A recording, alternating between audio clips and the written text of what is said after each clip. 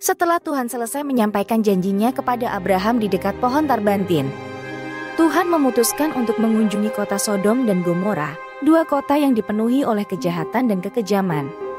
Tuhan memanggil Abraham untuk memberitahukan rencananya. Ketika Abraham mendengar rencana Tuhan untuk menghancurkan kota-kota itu, ia merasa prihatin dan penuh rasa belas kasihan. Ia berani memohon kepada Tuhan, "Tuhan, apakah Engkau akan membinasakan orang yang benar bersama dengan yang fasik? Jika ada 50 orang benar di dalam kota, apakah Engkau akan menghapuskan mereka juga? Tidak adakah Tuhan menahan murkanya demi 50 orang benar?" Tuhan mendengarkan doa Abraham dan berkata, "Jika di kota itu ada 50 orang benar, aku tidak akan memusnahkannya." Abraham merasa berani dan terus mengemukakan permohonannya. Bagaimana jika ada 45 orang benar di kota itu? Apakah engkau akan memusnahkannya karena 5 orang kurang? Tuhan menjawab, "Aku tidak akan memusnahkannya jika aku menemukan 45 orang benar di sana." Abraham tidak berhenti di situ. Ia terus memohon kepada Tuhan, "Tuhan, biarlah tidak marah jika aku berkata lagi. Bagaimana jika hanya ada 40 orang benar?" Tuhan menjawab, "Aku tidak akan melakukan itu jika aku menemukan 40 orang benar di sana." Abraham tetap teguh dan berkata, "Tuhan, janganlah murka jika aku berkata sekali lagi. Bagaimana jika hanya ada 30 orang benar di sana?" Tuhan menjawab, "Aku tidak akan memusnahkannya jika aku menemukan 30 orang benar di sana." Namun, Abraham masih memohon dan berkata, "Tuhan, biarlah tidak marah jika aku berkata sekali lagi. Bagaimana jika hanya ada 20 orang benar di sana?" Tuhan menjawab, "Aku tidak akan memusnahkannya jika aku menemukan 20 orang benar di sana." Akhirnya, Abraham mengucapkan permohonan terakhirnya, "Tuhan, janganlah murka jika aku berkata sekali lagi. Bagaimana jika hanya ada 10 orang benar di sana?" Tuhan menjawab, "Aku tidak akan memusnahkannya karena 10 orang benar." Lalu Tuhan pergi meninggalkan Abraham. Kemudian, 2 malaikat yang berwujud manusia tiba di kota Sodom di waktu petang. Lot adalah orang yang saleh dan tinggal di kota Sodom. Lot menyambut kedua malaikat itu dan menyediakan tempat berlindung di rumahnya. Namun, kabar kedatangan malaikat itu menyebar dengan cepat. Sebuah kerumunan orang jahat mendatangi rumah Lot dan menuntut agar malaikat-malaikat itu dikeluarkan untuk disalahgunakan oleh mereka.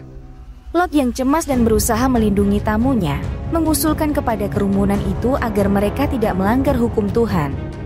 Ia menawarkan anak perempuan perawan untuk menggantikan kedua malaikat tersebut. Namun, malaikat-malaikat itu menghentikan keributan dan melindungi Lot serta keluarganya. Mereka memberikan peringatan kepada Lot, Tuhan telah melihat dosa yang meluap di Sodom dan Gomora. Keluarlah dari sini bersama keluargamu, karena Tuhan akan menghancurkan kota ini. Lot dengan cepat memberitahu kepada bakal menantunya yang sudah bertunangan dengan kedua anak perempuannya. Tetapi mereka tidak mempercayai peringatan itu dan enggan meninggalkan kota. Keesokan harinya, saat fajar mulai menyingsing, malaikat-malaikat itu mendesak keluarga Lot untuk segera pergi. Dalam kebaikan hati Tuhan, mereka memegang tangan Lot, istrinya, dan kedua anaknya, dan menghantar mereka keluar dari kota, memperingatkan agar mereka tidak berhenti atau melihat ke belakang. Namun, ketika mereka berjalan meninggalkan Sodom, istri Lot tidak tahan rasa penasaran dan melanggar perintah itu. Ia menoleh ke belakang, dan seketika itu juga ia berubah menjadi tiang garam. Lot dan kedua anaknya terus berjalan menuju tempat perlindungan yang Tuhan telah sediakan. Di tempat yang aman, mereka melihat Sodom dan Gomora dilanda hujan belerang dan api dari langit. Kota-kota itu hancur dan ditelan oleh bencana yang dahsyat, menegaskan keadilan Tuhan atas kejahatan yang mereka lakukan.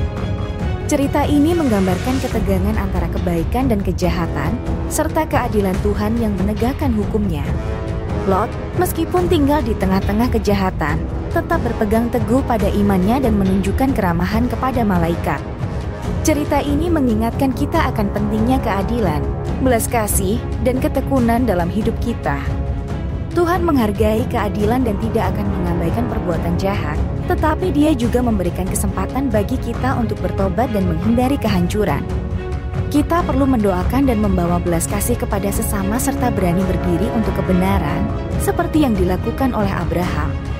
Tetapi kita juga harus waspada terhadap godaan dosa dan tetap setia pada Tuhan, menghindari perilaku yang tidak patut.